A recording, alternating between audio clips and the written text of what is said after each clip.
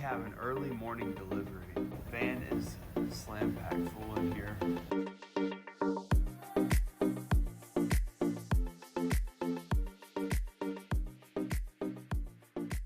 Life as a flower farmer isn't always as peachy as they say. This morning, I left about 2 hours ago from the house. I was literally on back roads for like an hour and a half, and I ended up coming into Boone, North Carolina. I didn't even realize that I was going to be coming this way. On this trip, there's definitely some good news and there's definitely some bad news. Which one do you want first? Well, let's go with the good news first. I recently found a new buyer. And the buyer, here's the problem though, the buyer is all the way in Miami. If he's in Miami and I'm in Southwest Virginia, I've got to find some logistics. This is the whole entire reason that we're driving 2.5 hours away from the house just to deliver some flowers. The bad news is that it was flowering branches. Even though flowering branches pay really decent, like on apple trees and pear trees, plum, cherry, all of that, this is a total loss. You have to pay the labor, you have to pay the fuel, you have to pay the time to come over here, you have to pay the maintenance, you have to pay the insurance. All of these things that go into it that you don't really think about. You know what I think about this long term though? Here's the long term. We are working with one of the largest buyers in the southeast side of America. What does that mean for us? I think it is exponential growth that we could see in the near future. And you know what the crazy thing about it is that we just got 151 apple trees that is to our disclosure of what we want to do with them. We're going to sell apples from them, and then we're also selling the flowery branches and pruning them back. Not everywhere in the vicinity that we're at can buy large amounts of what we're trying to ship out. Behind me in the cargo area of the reefer van, I have around $1,500 of product with me. Realistically thinking about this, we've lost, especially on what we're about to sell. The good thing is that I'm fully loaded. Where am I going to? I'm going to another wholesaler, because that wholesaler goes to this broker down in Miami. Their logistics company can ship it for us. But then there's another expense to be added, is the shipping. How much does it cost to ship? I am completely new to shipping with other freight carriers. But this is what it's costing us to ship from, I guess it's somewhere around Boone, North Carolina to Miami. It's costing us about $5 a bundle. And what $5 a bundle includes is about 50 stems.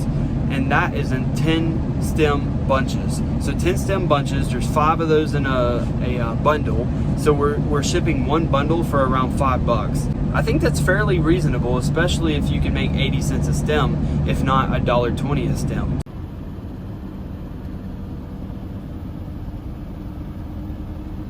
We were cutting flowering branches yesterday, and that's what I'm taking up here to the wholesaler to take to the broker. It's amazing how long it actually took us to do something like this. And I was cutting the flowering branches, and it literally took all day for 3 people to cut like 37 large flowering branches, and those are apples. 37 large bunches to take over here.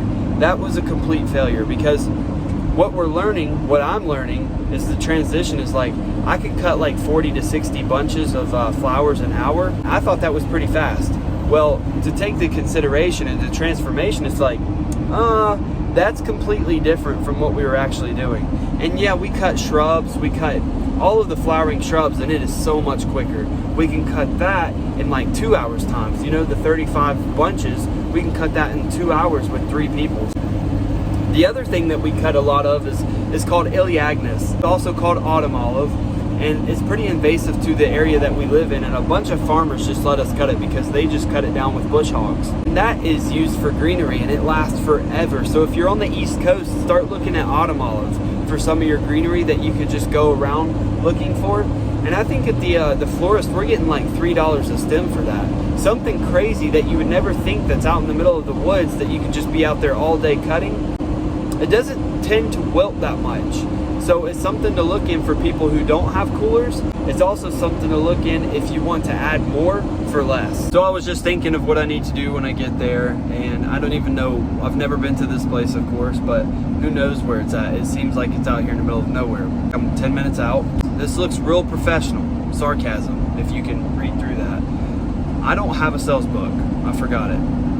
So yeah, don't be that guy. Don't be the guy. No sales book, empty seat, nothing over there. So always make sure that you take a sales book wherever you go to, because that is very important. It's a key, and people want that to track for their business. Well, I guess I'm gonna have to ask for some sort of piece of paper so I can write them a sales invoice. Literally just put the itemized stuff down, put the price on it, total, sign it, date it. That's all they want. But just remember to always do that, because like I said, don't be that guy. So 3 hours in a van got me to Western North Carolina, which I still have a ton left, but the back half of the van is completely empty. I was hoping to sell some when I got here, but it's not always how things go. And most of the time with flowering branches, you're going to be able to sell them to people who are doing large events, some sort of business gathering. Do you see that over there? That apple was not profitable at all. It took literally like 15 hours, man hours, to get that cut. We only charged around $8 a bunch for it. How do you expect to make any money if you're only selling at $8 a bunch and it took you 15 man hours? Now that we're in the van, it's taken me almost 3 hours to get down here. Plus I have to go back now. I didn't stop anywhere, not at all. It's 21 hours involved for that little amount of flowering branches. The good thing is that it creates other markets. And that's the biggest thing that we're after, is creating other markets to be able to supply other wholesalers and other brokers. Yeah, I'll just go ahead and tell you what the price was.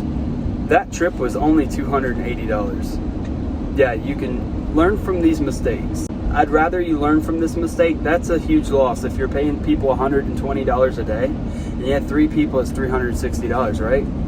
Well, what about the fuel that it costs to get over to where we were cutting the flowering branches at?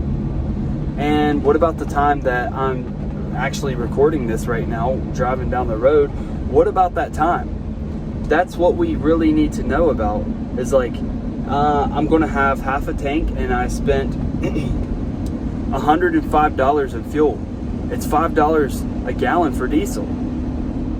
And then you gotta put your DEF fuel in. So having a reefer van is not always the best thing to be running around in, especially if it's only small quantities like that. I guess for delivering out and showing people what it's like to be delivering something and just fulfilling your word. I could have just said, no, we're not doing that. But if I'd done that, that's going back on my word of having good business etiquette and saying, you know what, I'm gonna bite the bullet, I'm gonna take it, and we're gonna learn from this mistake and not do it again. I was literally going like 45 on the interstate, and that's enough to kill somebody. So I ran out of DEF and had to pick this up so we could keep rolling with it. It's crazy that it takes that to go with it. But anyways, we're about to get back on the interstate, and hopefully that fixes the problem. Hopefully. I know a lot of this has been just all window time, and that's all that wholesaling really is. It's just window time. Well, you can see I'm sitting on the side of the interstate now. The van keeps messing up on me and everything's rocking me. It's a dangerous place to sit. I'm sitting literally on the side of the road. Here comes trucks. I'm gonna see if it's the turbo or if it's DEF. I don't really know at this point, but this is the life of the flower farmer in a day. I moved spots a little bit. I'm a little bit more off the road. I'm letting the turbo cool down if that's the case. I've touched the turbo to see if it's red hot, but it doesn't look like it, so just sitting here once again.